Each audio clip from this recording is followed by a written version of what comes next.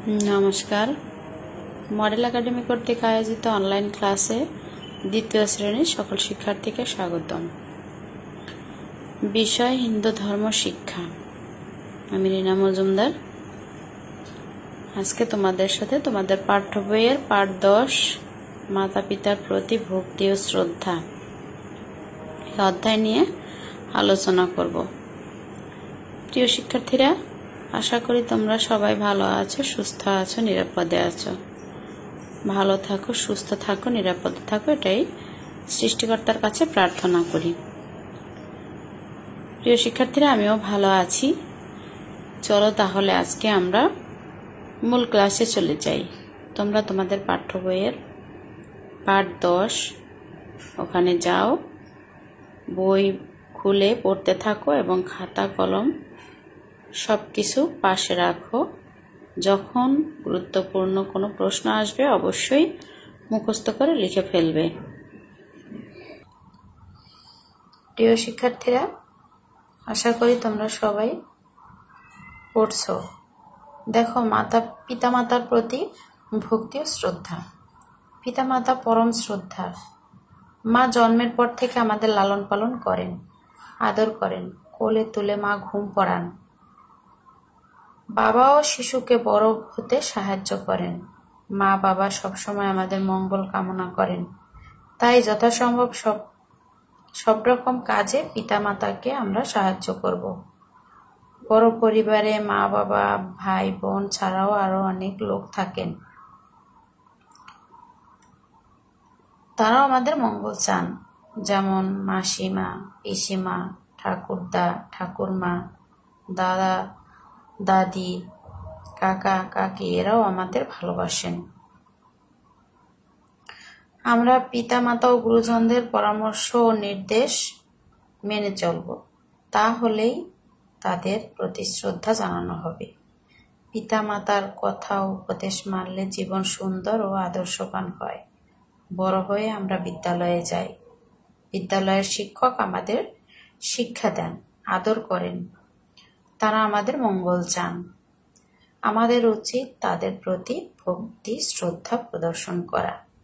পিতামাতা, শিক্ষক ও গুরুজনদের প্রতি ভক্তি শ্রদ্ধার অনেক গল্প আছে।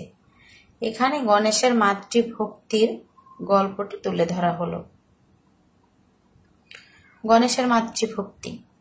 কার্তিক আর গণেশ 2 ভাই, দেবী দুর্গার 2 ছেলে। কার্তিক ভাবতেন তিনি মাকে বেশি ভালোবাসেন। এই নিয়ে তার মনে গর্বও ছিল। গণেশ অতিশয় পণ্ডিত এবং বুদ্ধিমান। মুখে কিছু বলতেন না, নিরিবিলি থাকতেন, কিন্তু মা দুর্গা তার মনের কথা জানতেন। একদিন দেবী দুর্গা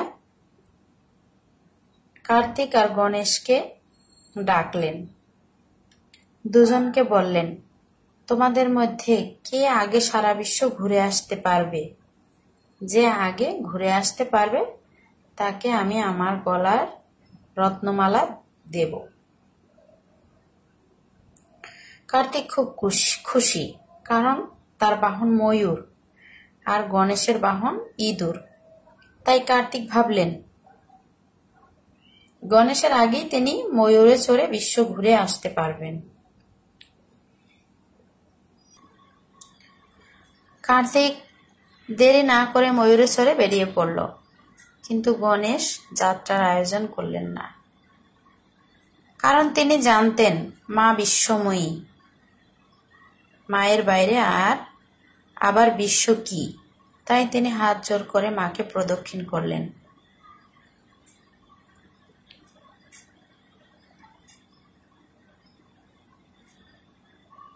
তারপর ভক্তিসহ মাকে প্রণাম করলেন। গণেশের এই মাতৃভক্তি দেখে মা অত্যন্ত খুশি হলেন। গণেশের গলায় তিনি তার গলার রত্নমালা পরিয়ে দিলেন। আমরা যেন গণেশের মতো মাতৃ ও পিতৃভক্ত হতে পারি, সেজন্য এখন থেকে চেষ্টা করব। মা বাবার মন বুঝে তাদেরকে সাধ্যমতো সাহায্য করব।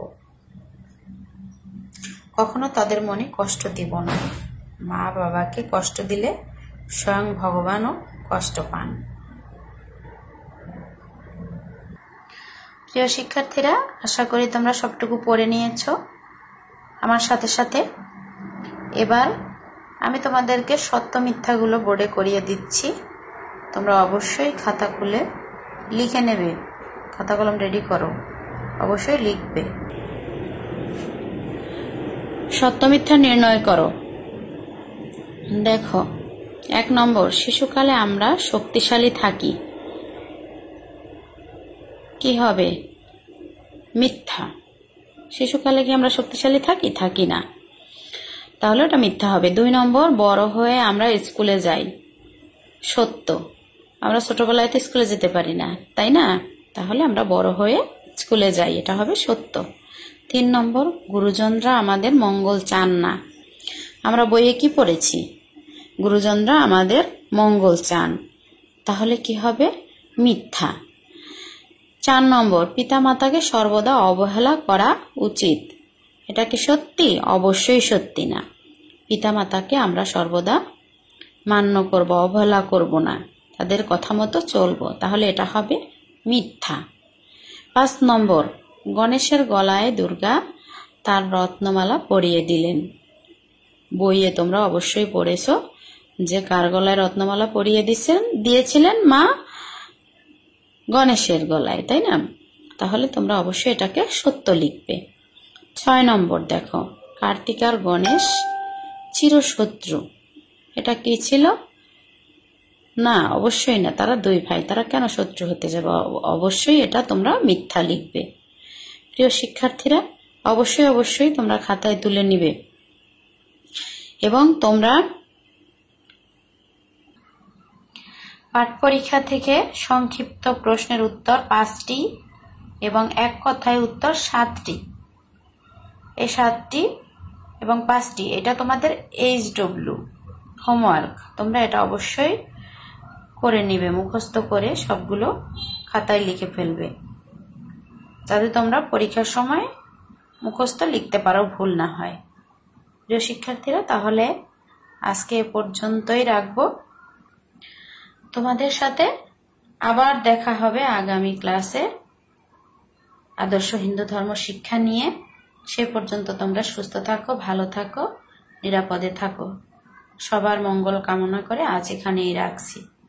ধন্যবাদ সকলকে।